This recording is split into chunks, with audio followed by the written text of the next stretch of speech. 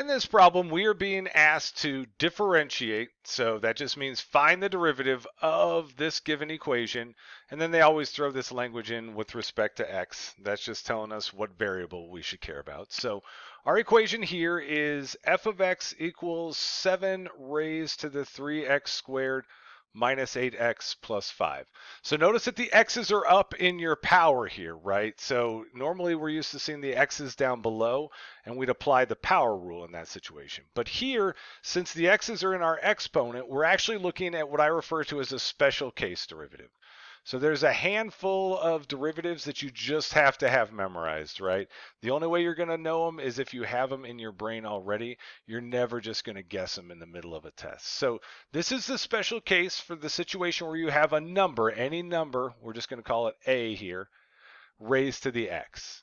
So the derivative in that situation is going to be the natural log of whatever that number is, times, and then like your e to the x one, that a to the x just stays the same. Like every special case that we run into, right, we have to remember that as soon as that is anything more than just an x,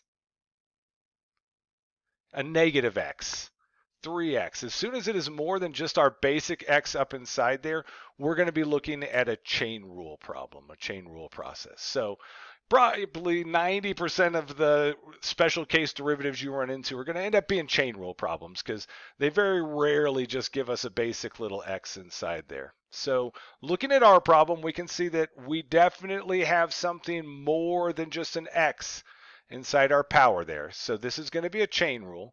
And my chain rule saying that I use goes d in times d out. The derivative of whatever got plugged into that equation times the derivative of the outside. So for us right now, this 3x squared minus 8x plus 5, that got plugged in place of our basic little x, so that's going to be our inside piece. So we say, okay, 3x squared minus 8x plus 5, just look at that little chunk by itself and say, okay, how do I take the derivative of that one piece? And looking at that, we just have a bunch of stuff being added and subtracted. And so that means we can apply the power rule here. Everything flows back through the power rule on almost every problem. So the power rule just says bring the power down and then subtract 1 from the power.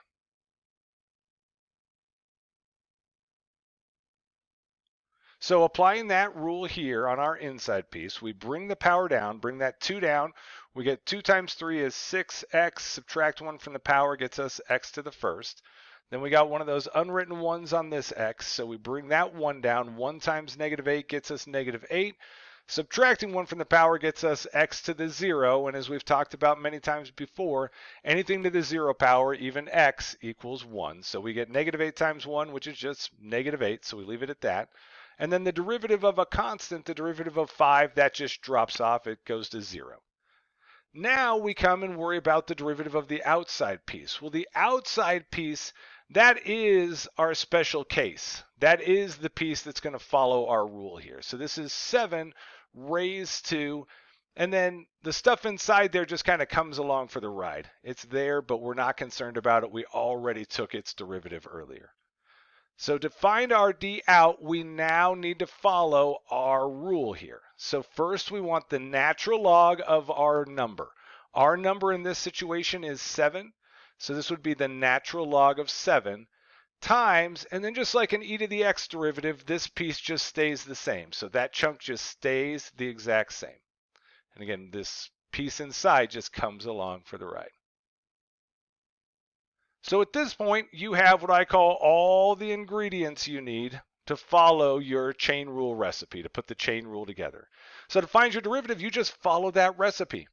So f prime of x is going to equal, the chain rule says the derivative of the n, the dn. So we go grab our dn, 6x minus 8.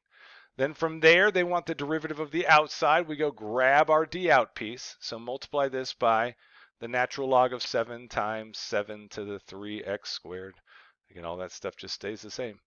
And that's it. That's your derivative. You're done. You filled in your chain rule with all the pieces that it's required of you, and there's no simplification necessary when you're doing these derivatives. So just get up, walk away. That's your final answer.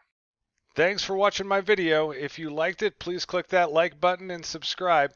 And also share it with your friends and anyone else you know who might be crying about an upcoming AP Calc test. You can find more videos from me, more sample AP Calc questions, and my complete AP Calc study guide over at my website, apcalcprep.com. Have a great one.